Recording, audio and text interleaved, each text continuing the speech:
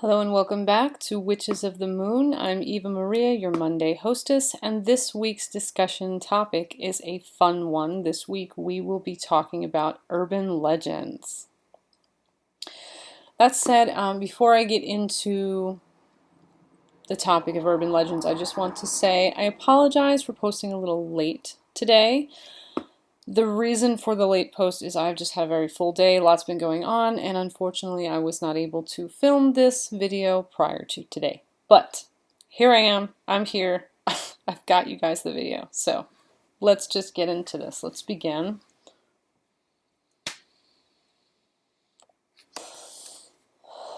Now the first thing I wanted to talk about is the definition of urban legends, because I think, though most of us probably understand what an urban legend is, I thought maybe it's good to just clarify the definition of an urban legend for those who may be a little like, well, what exactly constitutes an urban legend? What's the criteria, or how would you define an urban legend? So, I looked it up on UrbanDictionary.com. I looked it up on dictionary.com. UrbanDictionary.com is something completely different. I looked up the definition of urban legend on dictionary.com, and the definition given there is that an urban legend is a modern story of obscure origin with little or no supporting evidence that spreads spontaneously in varying forms and often has elements of humor, moralizing, or horror. Also, they say that sometimes urban legends are called urban myths. That was also listed on dictionary.com. I personally would like to add on to this definition. There's another form, a more contemporary form of urban legends that have cropped up since the dawn of the internet, I guess you could say. There are urban legends online referred to as creepypastas. Most of the younger crowd probably is familiar with the creepypasta, what that is, but for those among us who are a little older, who are not familiar with the term creepypasta, the term creepypasta originates from the term copypasta. And what copypasta refers to is when information on websites all throughout the internet, you'll find sometimes the same information is copied and pasted from one site to another, to another, to another, to another. And it's done ad nauseum to the point where it's hard to find the source of the information that has been copied and pasted so many times. Because for some reason, I don't know why people don't cite sources, but, or at least the ones that do the copying and the pasting like that. They don't cite sources, they just copy and paste right into their websites, right into their articles, and it kind of convolutes information. So that's what copypasta is, and out of that comes the term creepypasta, which describes these urban legends that instead of being orally shared, they are shared online, just from site to site to site to site.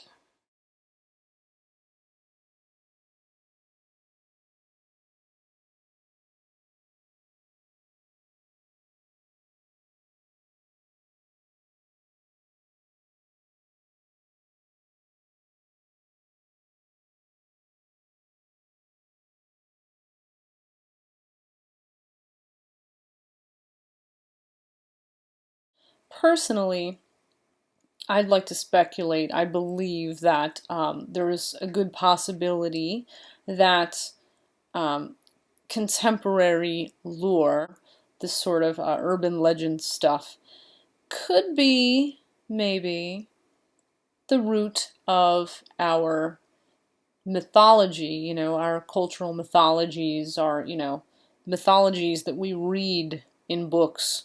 What we today refer to as urban legends or contemporary lore or urban myths, that phenomena has probably existed as long as spoken language has been used by mankind. Human beings developed spoken language before written language, in most cases, as far as I am aware, if not in all cases. And so it would stand to reason that, lore information was shared initially through spoken means from person to person. And when I think humanity developed written language, then those stories came to be written down. And I think those stories formed the written, classical mythology of many, many cultures. I thought about, what role do urban legends play? And I thought about, how exactly do they spread or why? I sort of was thinking about that, and I looked around a little bit online to see if I could find any sites that kind of shed some light on that, and there were a few. One in particular, livescience.com, had some things to share in that regard. And there was the following passages that really kind of, I think, summed it up well. Urban legends are an important part of popular culture, offering insight into our fears and the state of our society. They're also good fun. Life is much more interesting with monsters in it, says Mike J. Coven, a folklorist at the University of Wales. It's the same with these stories, they're just good stories. It's a lack of information coupled with fears that tend to give rise to new legends. When demand exceeds supply, people will fill in the gaps with their own information.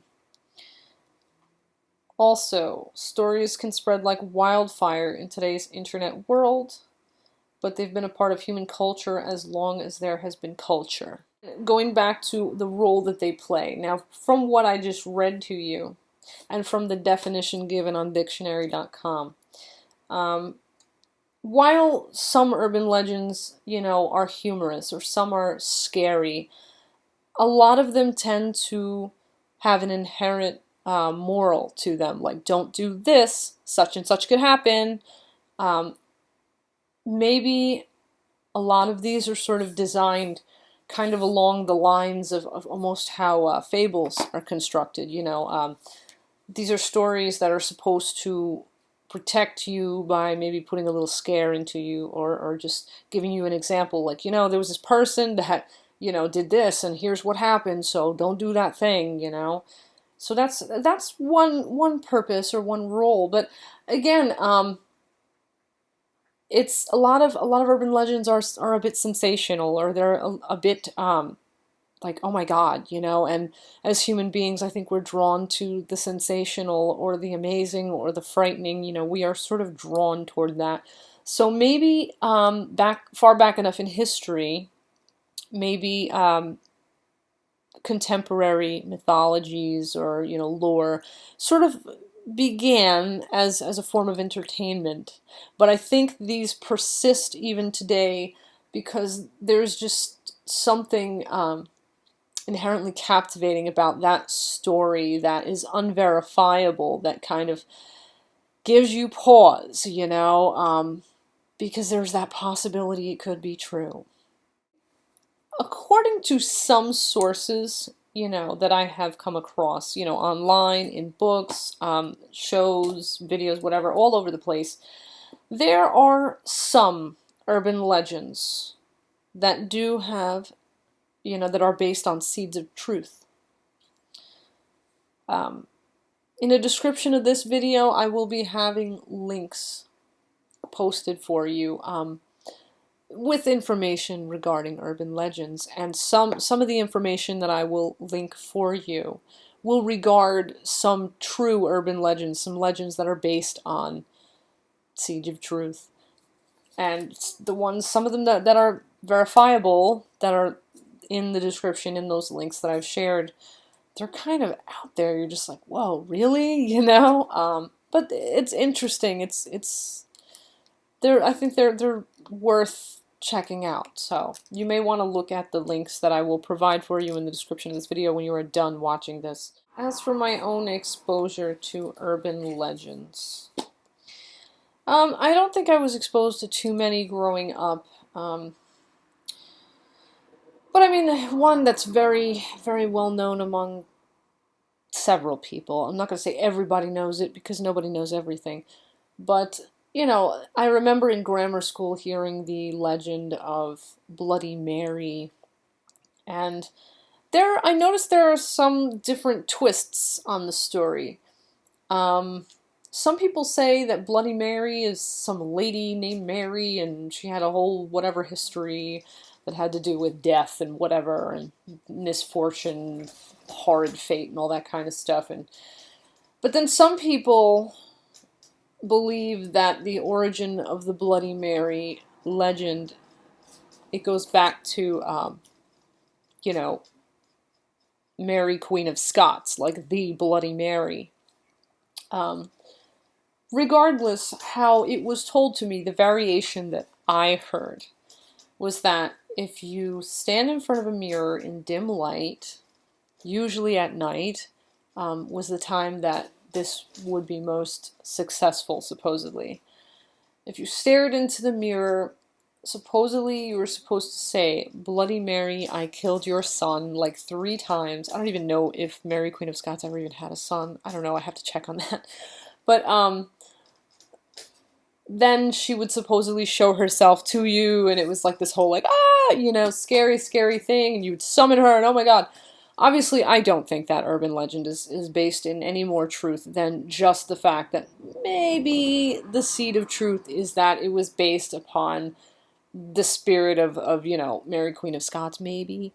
But other than that, I don't think there's really much truth to it. I don't think you can just like summon, you know, the Bloody Queen by saying some ridiculousness into a mirror. I mean, theoretically, magically speaking, hey, you know, almost anything's possible, but I don't put much stock in the Bloody Mary urban legend.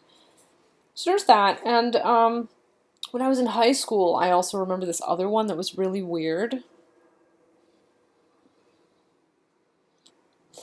I remember being told, supposedly, there was like this restaurant in town. I will not name its name because, hey, I don't need any kind of trouble, and I'm not going to give them bad press just because of a story I heard when I was a kid that's probably totally false. Um, Supposedly, I was told that this restaurant was selling drugs in sandwiches. And the legend goes that if you ordered a certain kind of sandwich, they would put like a baggie or baggies of weed or whatever it was in your sandwich, and you could buy your drugs discreetly. Hoo-ha, you know? And supposedly they got busted. I really don't think that's true, and I'll tell you why I don't think that's true, because my town that I grew up in, my hometown, is kind of a small town. So if that were true, I would think that that would have probably made the papers. It never made the papers as far as I know. So I don't think that that one was true. In my teens and my early 20s, I used to read a magazine called Weird New Jersey. Some of you may be familiar with it if you are New Jersey residents. It's a really cool magazine that it's full of reader-submitted urban legends regarding people and places, you know, local lore and all that kind of stuff all around New Jersey. And it's a great publication. As far as I know, it still circulates to this day. You could probably find it in most major bookstores. I think they still. I know Barnes and Noble carried it in my area. So, and probably, yeah, carries it, I should say. But yes, Barnes and Noble, you could find Weird New Jersey there, and probably in places like Borders and other big bookstores. Maybe some smaller bookstores too. I highly recommend that you check that magazine out, Weird New Jersey, if you are a New Jersey resident. I will be linking in the description of this video the website for Weird New Jersey. It's pretty simple, weirdnewjersey.com. It's not anything that's hard to remember.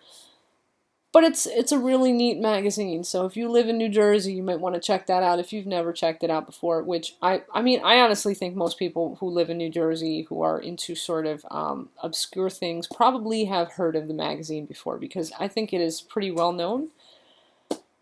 But anyway, so yeah, this is, I guess, my take on urban legends. You know, what urban legends are, what role they play. the few urban legends I've ever heard that I can recall at this point. Also, I encourage all of you, if you have any urban legends that you grew up with, that you heard of, that you want to share, hit me up with those in the comments, because I would love to hear about your urban legends that you grew up with. Also, if you have anything, thoughts, questions, comments, anything you'd like to share, add, anything sort of like that, anything at all you'd like to bring forward in the comments relevant to this week's discussion, I welcome you to share in the comment box, and I will do my best to get back to you, to answer or to clarify anything that needs clarification or whatever. And that said, I wish you blessed be and ashe. I hope you enjoy the rest of your Monday. There's not a lot of it left as I'm finishing up this video. It is 10:07 p.m. Eastern Standard Time where I am. But yeah, enjoy the rest of your Monday. And until our next exchange, stay awesome, and bye-bye for now.